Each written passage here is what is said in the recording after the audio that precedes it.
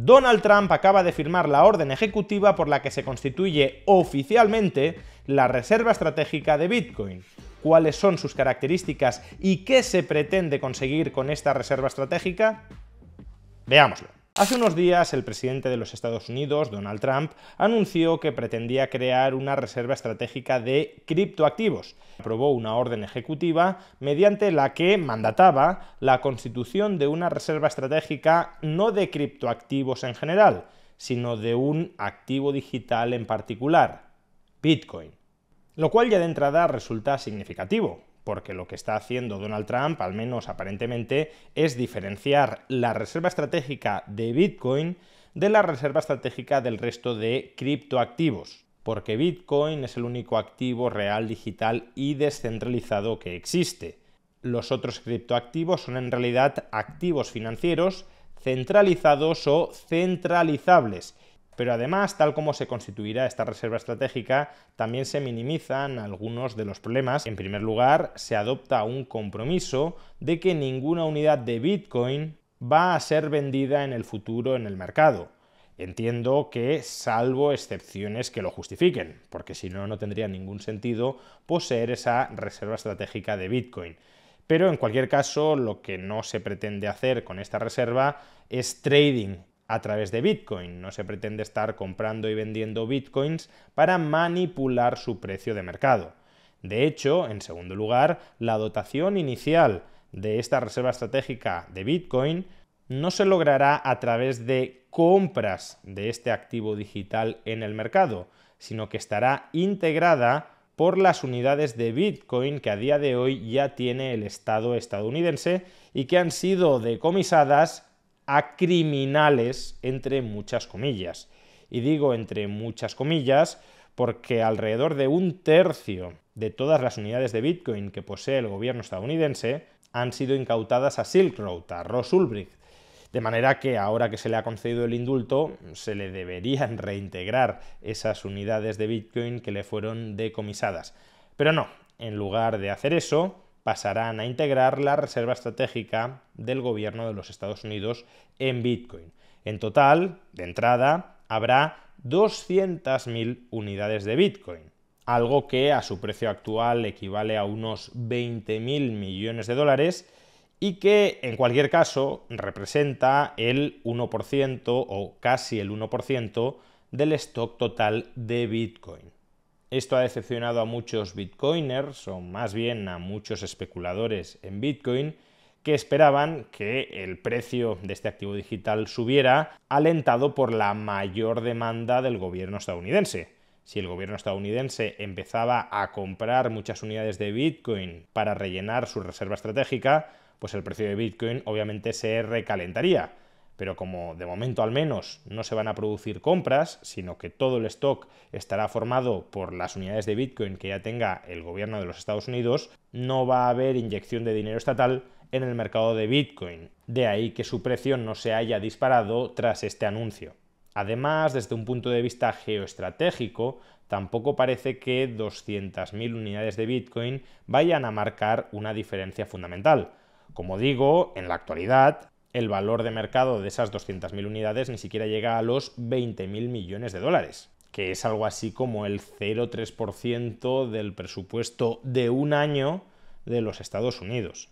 Pero bueno, siendo una reserva estratégica modesta, al menos no se ha constituido cayendo en algunos de los vicios que apuntaba en el vídeo anterior, que es justamente gastar el dinero del contribuyente en adquirir unidades de Bitcoin, acaso para recalentar su precio y generar ganancias extraordinarias a los especuladores en este activo digital.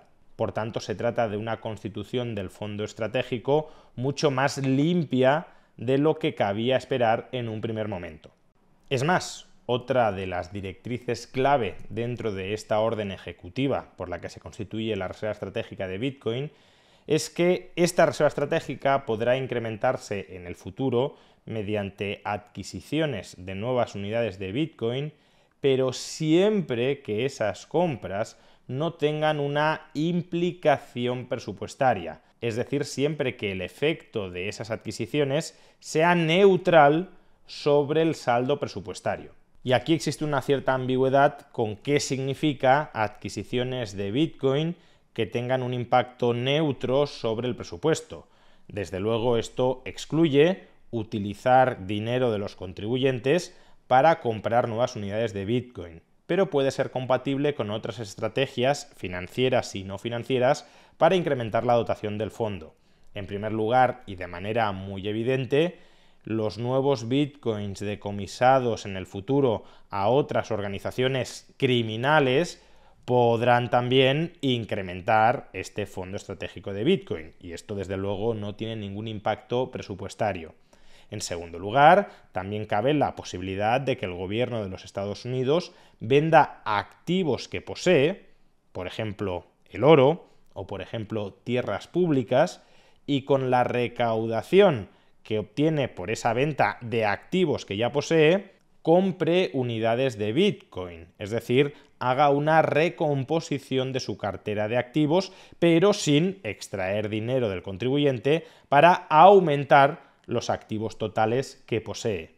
Y en tercer lugar, aunque esto desde luego es más controvertido, también cabría, potencialmente al menos, interpretar esta neutralidad presupuestaria si se emitiera deuda pública respaldada por el stock de Bitcoin existente en el fondo estratégico con el objetivo de comprar nuevas unidades de Bitcoin. Y uno podría decir, pero si emites deuda pública para comprar unidades de Bitcoin, cuando tengas que pagar los intereses o cuando tengas que amortizar esa deuda pública emitida, sí tendrás que extraer dinero del contribuyente para hacerlo.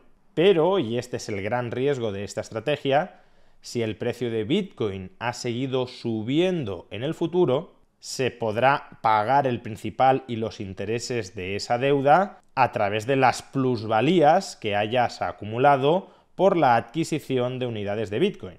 Imaginemos que pido prestados $100.000 y que dentro de 5 años he de devolver $120.000 a aquel que me los prestó.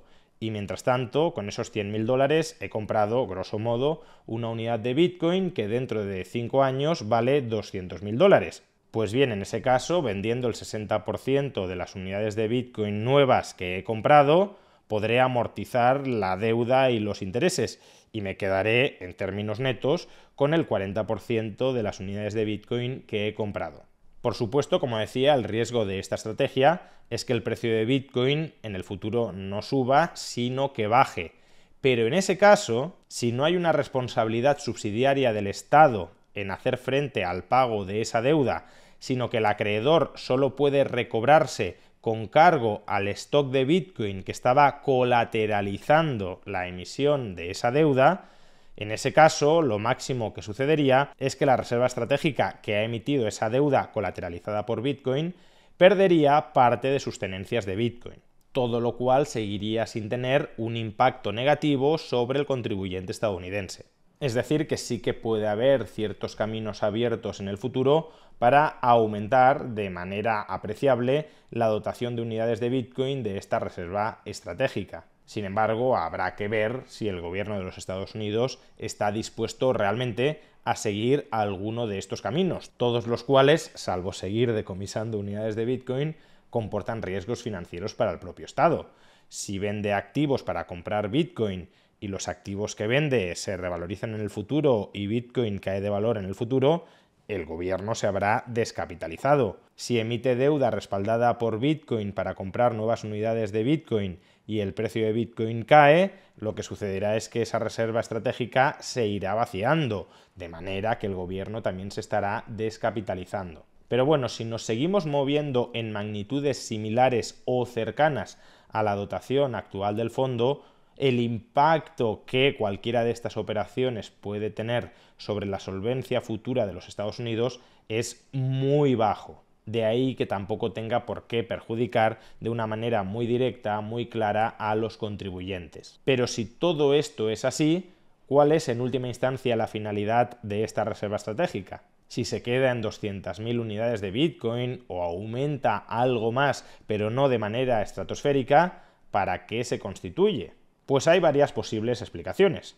La primera es que se constituye para dotar de credibilidad, de reputación, de buen nombre, de institucionalidad a Bitcoin. Que el gobierno de la principal potencia mundial constituya una reserva estratégica de Bitcoin supone sin duda un reconocimiento público, estatal, al estatus de Bitcoin. Sin embargo, este es un argumento que constituye un arma de doble filo para los libertarios, porque Bitcoin surge y se difunde como un contrapeso para el Estado, de tal manera que buscar el reconocimiento del Estado y la incorporación de parte del stock de Bitcoin a la propiedad del Estado, en cierto modo, colisiona con sus objetivos iniciales.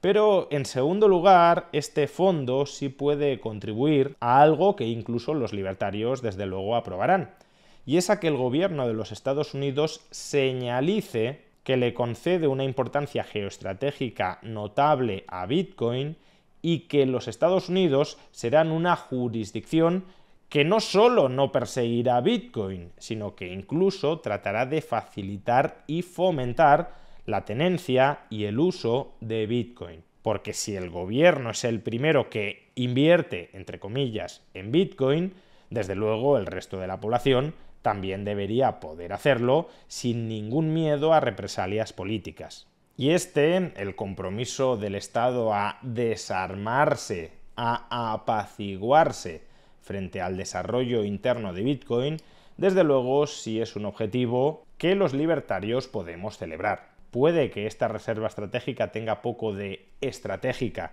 si con ello entendemos utilizar el activo en cuestión, en este caso Bitcoin, para otorgarle un amplio margen de maniobrabilidad al gobierno o a la sociedad estadounidense, pero puede, en cambio, que sí tenga bastante de estratégica si con ello entendemos que se trata de una estrategia comercial para señalizar ante el resto de la comunidad internacional que si quieres invertir en Bitcoin, Estados Unidos es la mejor jurisdicción para hacerlo.